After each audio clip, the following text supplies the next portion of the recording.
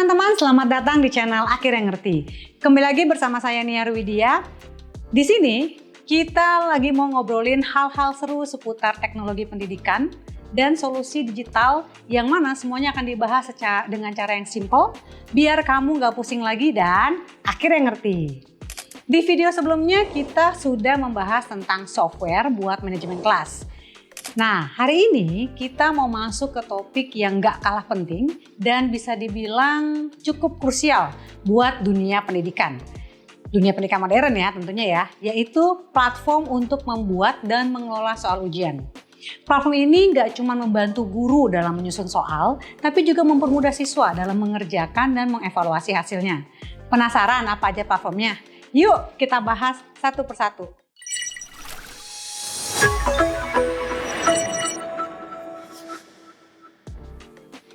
Coba bayangkan kalau semua ujian masih pakai cara manual. Cetak soal, distribusi, koreksi satu persatu, terus input nilai secara manual. Ribet banget kan? Nah, di era digital ini kita bisa menghemat waktu dan tenaga dengan menggunakan platform ujian online. Platform ujian ini membantu bukan cuma dari sisi gurunya aja atau dosen, tapi juga dari sisi siswa dan institusi. Nah, kalau dari sisi guru ya, jelas banget kita nggak perlu ribet lagi nyetak soal. Tinggal ketik, atur tipe soalnya, kasih kunci jawaban, selesai. Bahkan kita bisa jadwalkan secara otomatis. Terus gimana hasilnya? Nggak perlu lagi deh ngitung satu persatu, skornya bisa langsung keluar cepat dan akurat. Bayangin, waktu yang bisa dihemat guru, jadi bisa fokus ke hal-hal yang lain. Misalnya evaluasi pembelajaran, mentoring siswa, atau bahkan bisa buat istirahat. Terus dari sisi siswa gimana?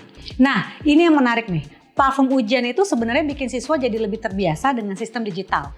Mereka belajar adaptasi karena ujian digital ini bukan cuma ngeklik jawaban doang, tapi juga masalah manajemen waktu, konsentrasi di depan layar, dan literasi teknologinya. Itu semua skill penting buat masa depan. Dan jangan lupa, platform ujian juga bisa kasih feedback yang cepat. Jadi siswa bisa tahu nilai mereka bahkan dalam hitungan detik.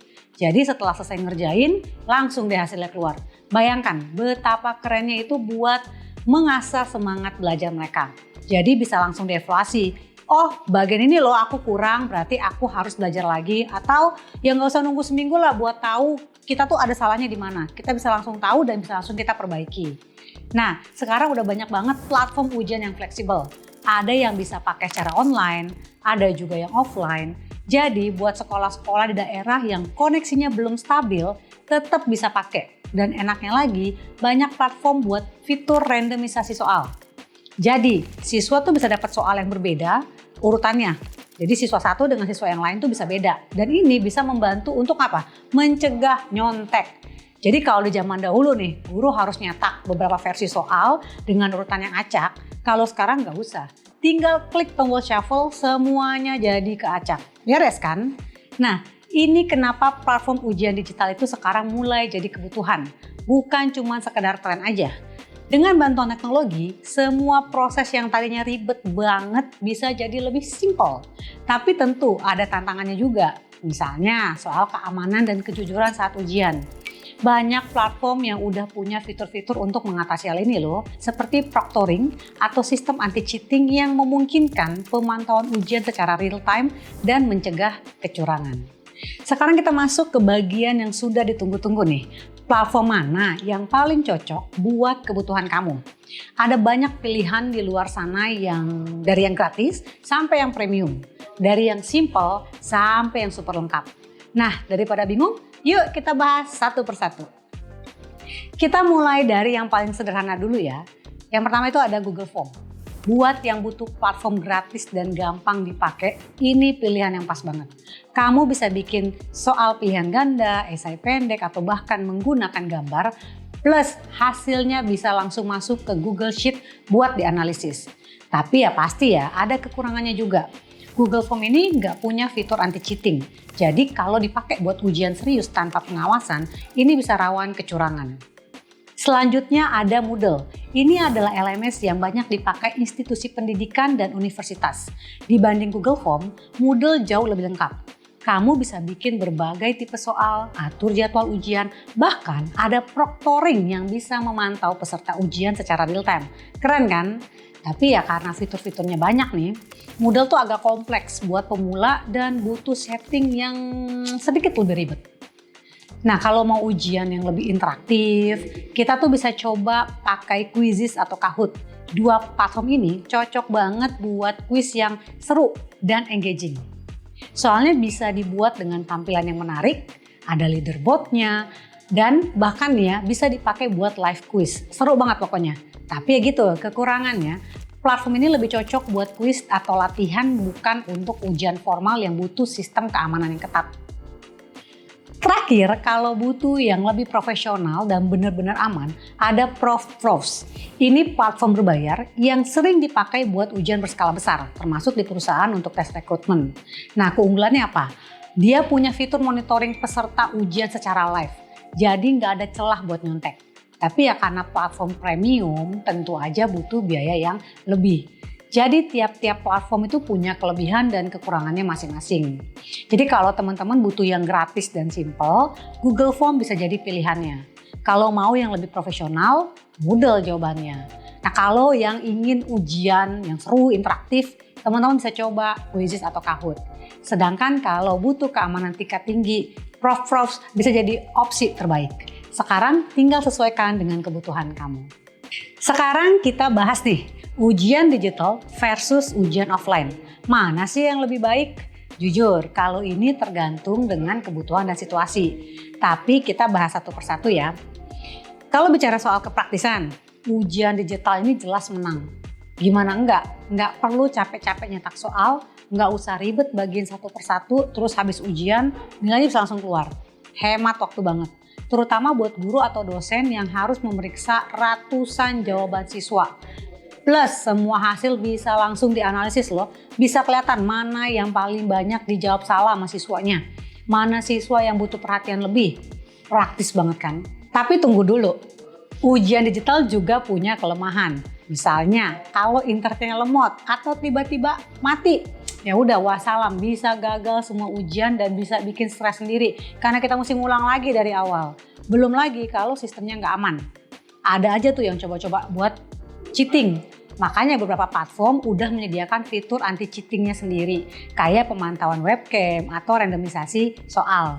Tapi tetap aja ya, kalau nggak ada pengawasan ketat, celah buat kecurangan tuh pasti ada. Nah, kalau ujian offline, ya jelas lebih aman dari segi pengawasannya. Guru kan bisa lihat langsung ya kalau ada yang nyontek atau enggak. Terus buat ujian yang butuh coretan tangan atau gambar, jelas lebih enak pakai kertas. Tapi balik lagi, manual itu ribet, harus cetak soal, koreksi satu-satu, dan butuh tempat khusus untuk ujiannya.